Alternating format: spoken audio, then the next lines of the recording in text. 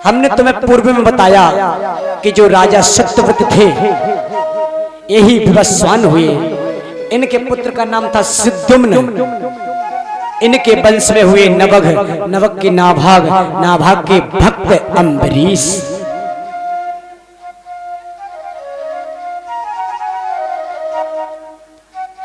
हमारा आप सभी माता बहनों से निवेदन है कि कृपया करके कथा बड़े भाव से सुने।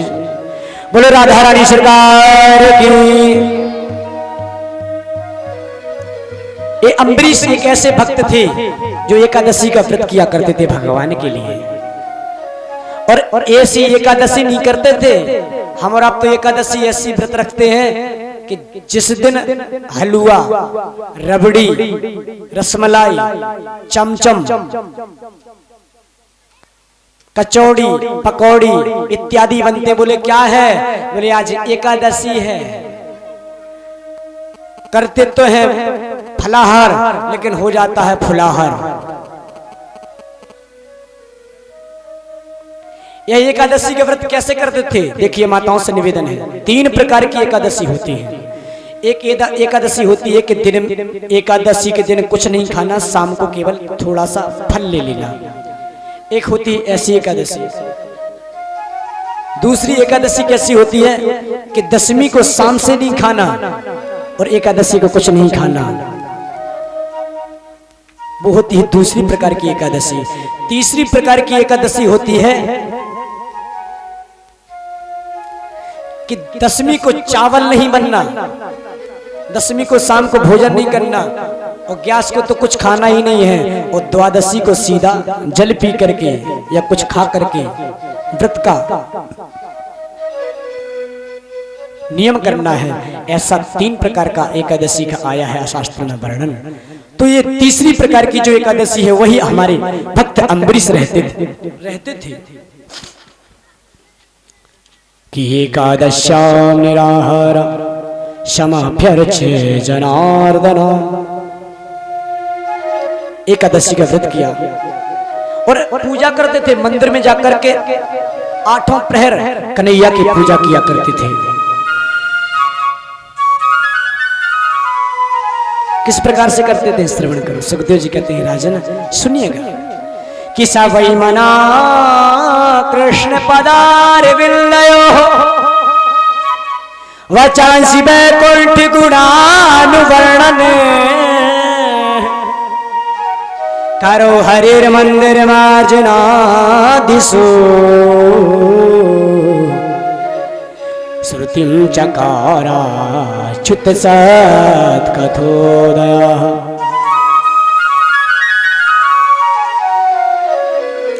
बोले संत समाज की जय, संत भगवान की जय।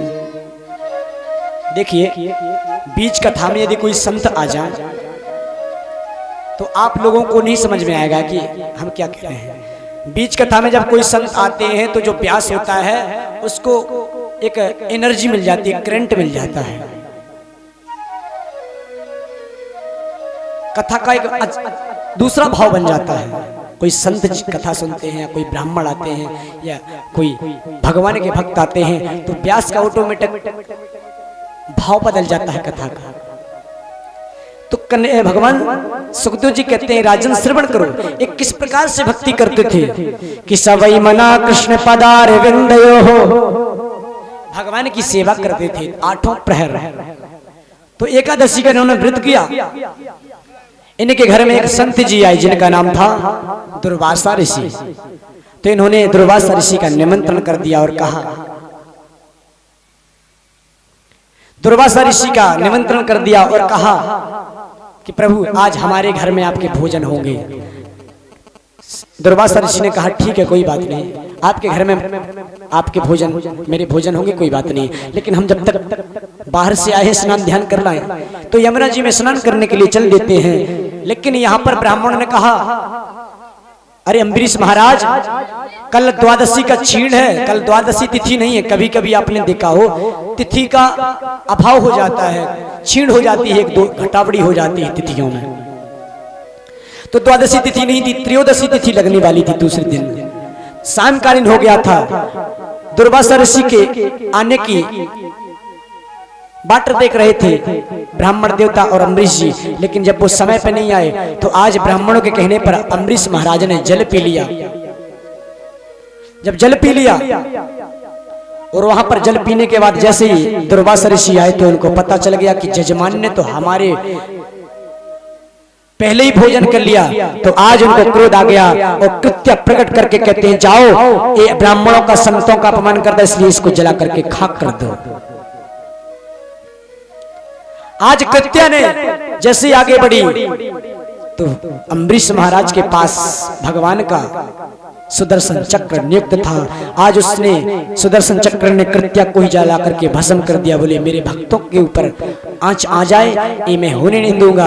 आज उस कृत्या को जला करके खाक कर दिया। अब अम्बरीश के ही पीछे, दुर्वासा ऋषि के ही पीछे चक्र दौड़ने लगा। दसों दिशाओं में भागे दुर्वासा ऋषि, कहीं भी शरण नहीं मिली। ब्रह्मा जी के पास पहुंचे तो ब्रह्मा जी ने भगा दिया। भगवान शंकर जी के पास पहुंचे तो उन्होंने भी भगा दिया। बोले जिनका चक्र उन्हीं के पास जाओ। तब तो विष्णु भगवान के पास आए हैं। विष्णु भगवान से कहा है कि प्रभु मुझे सुदर्शन चक्र से बचा लो, नहीं तो मुझे जला करके खाक कर देगा। मैंने आपका भक्त का बहुत बड़ा अपराध कर दिया।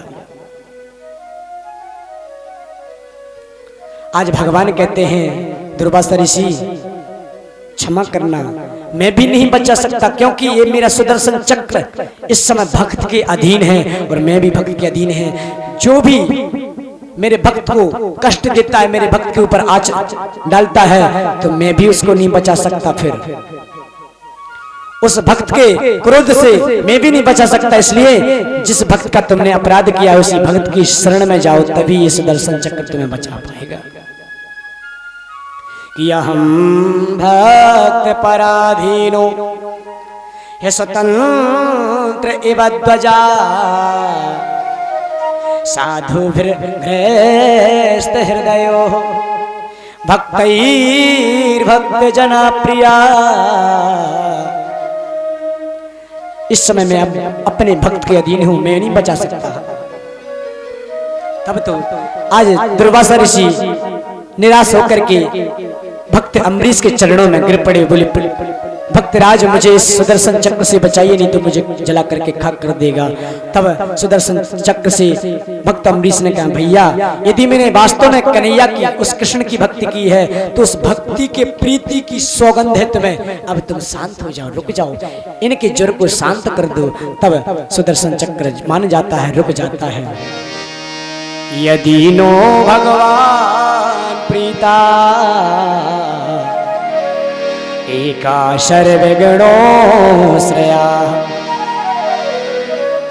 सर्वभूतात्म भावेनो द्विजो भवतु बीज्वरा।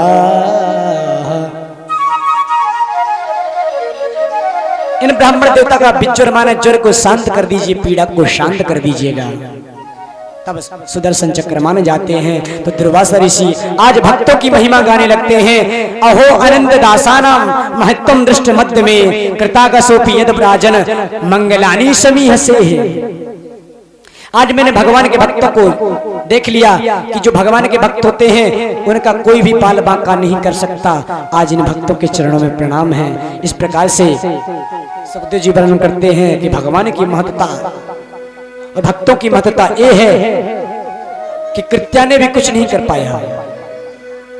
इनके ही वंश में मानधाता हुए, मानधाता के वंश में अम्बरीश हरिश्चंद्र हुए, हरिश्चंद्र के पुत्र हुए रोहित।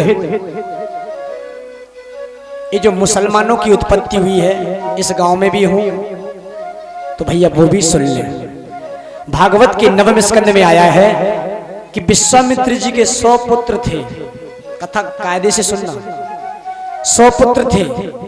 एक बार क्या हुआ, हरिश्चंद्र के कोई पुत्र नहीं होता था, तो इन्होंने वरुण भगवान का ध्यान किया। वरुण भगवान आ गए, बोले वरदान मांगो। बोले मुझे पुत्र रत्न की प्राप्ति चाहिए, बदले में हम उसी पुत्र की आपको बलि दे देंगे, लेकिन मुझे पुत्र तो दे दो। वरुण भगवान ने कहा तथास्तु। कालांतर में बालक हुआ जिसका नाम हुआ रोहित। लेकिन रोहित जब जैसे हुआ तो वरुण भगवान आ गए, बोले हरिश्चंद्र जी लाइए उस बालक को मुझे दीजिए, मैं बलि लगाऊंगा। तो हरिश्चंद्र ने कहा अभी नहीं, ये तो अभी छोटा है, इस थोड़ा बड़ा हो जाने दो। इस प्रकार से क्रम चलता रहा। एक दिन रोहित को जब पता चल गया हरिश्चंद्र के पुत्र को कि मेरी नरबलि लगनी है, तो वो जंगल में भाग जाता है, विश्वामित्र जी के आश्रम पे विश्वामित्र जी की सेवा करने लगता है। विश्वामित्र जी ने एक बार पूछा, बेटा तू रोता क्यों है बार बार? तब सारी बात बतला दी। तब विश्वामित्र जी ने एक सुनहसेपा नाम के एक बालक को खरीदा है और जाकर के हरिश्चंद्र के पास पहुंचे हैं। बोले हरिश्चंद्र तुम्हें नर अपने पुत्र की बलि देना है ना, इसलिए इस बालक की दे दो, लेकिन अपने पुत्र की मत दो। उसी समय वरुण भगवान आए, बोले बहुत समय हो गया तुमको बहाने बनाते बनाते, अब बलि लगाते कि नहीं? और जैसे ही बलि के लिए तैयार होते हैं वरुण भगवान, तो ब्रह्मा जी ने कहा, विश्वामित्र जी ने कहा अरे वरुण भगवान आप तो देवता हैं, कोई देवी देवता किसी बच्चे की बलि लगाता है क्या, लेता है क्या? तुमने ही उसको उत्पन्न किया है और तुमने ही जन्म दिया, तुम ही उसको मारना चाहते हो, ये बात गलत है। बहुत समझाया, तब समझ में आ गया, तो चल करके पहुंच जाते हैं और रोहित बदले में घर पे रहने लगते हैं। और विश्वामित्र जी ने उस सुनहसेपा नाम के बालक को अपने जब घर पे लाया तो अपने 100 पुत्रों से कहा कि बेटा इसको तुम अपना बड़ा भाई समझना। तो 20 बालकों ने मना कर दिया, बोले हम नहीं मानेंगे इसको बड़ा भाई। जब 20 बालकों ने मना कर दिया तो आज विश्वामित्र जी ने श्राप दे दिया कि जाओ तुम्हारी बुद्धि मिलिच कैसी है, इसलिए जाओ तुम मोमडन बन जाओ। तो आज बंधुओं विश्वामित्र के ही 20 पुत्र इस सारे विश्व में मोमडन माने मुसलमान बन गए हैं। ये मैं अपने तरफ से नहीं बोल रहा हूँ, ये भागवत में 9वें स्कंद में आया है। और यदि आपको पूर्ण विश्वास नहीं है तो गर्ग संहिता उठा करके देख लेना। मुसलमानों की उत्पत्ति भागवत में आई है, जैन धर्म की उत्पत्ति इस भागवत में आई है, और यहाँ तक कि जो अंग्रेज उत्पन्न हुए हैं, जो इंग्लैंड बना है, ये भी भागवत में ही आया है। ये आपको सप्तम दिन की कथा में बताएंगे कि इंग्लैंड कहां से बना, अमेरिका जो अंग्रेज लोग हैं इनकी उत्पत्ति कहां से हुई, सारी कथा भागवत में आती है। बोलो प्रेम से श्री राधे राधे। इनके ही वंश में हरित हुए, हरित के वंश में वृक, वृक के वंश में बाहुक, बाहुक के सगर, सगर के 60,000 पुत्र हुए, जिनकी कपिल भगवान की क्रोध अग्नि दृष्टि से भस्म हो गए थे। तो आगे चल के अंशुमान हुए, अंशुमान के दिलीप हुए, दिलीप के भगीरथ हुए, जिन्होंने गंगा मैया को प्रकट करके अपने पूर्वजों का उद्धार किया था। बोलो गंगा मैया की